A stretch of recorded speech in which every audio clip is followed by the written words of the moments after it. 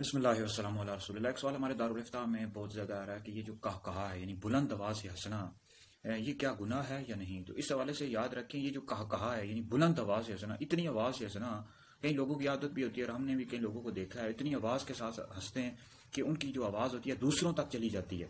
اس کو کہا کہتے ہیں، بلند آواز کے ساتھ ہنسنا، یہ شیطانی طریقہ ہے۔